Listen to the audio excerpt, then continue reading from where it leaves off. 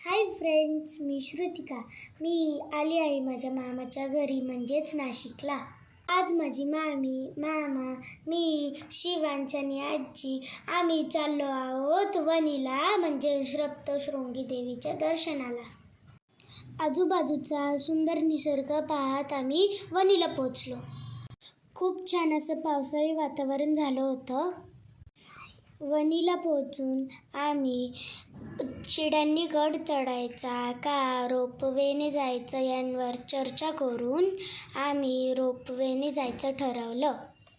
3 दिवसाचे जोडून सुट्ट्या आणि पौर्णिमाच्यामुळं खूप गर्दी होती देवीच्या दर्शनासाठी.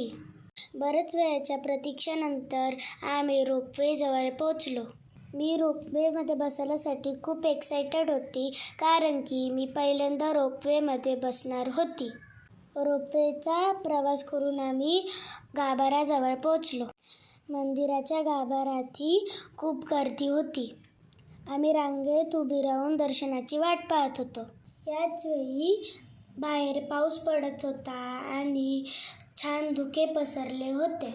आम्ही देवीचं दर्शन घेतलं आणि पुन्हा गड उतरून आम्ही खाली आलो.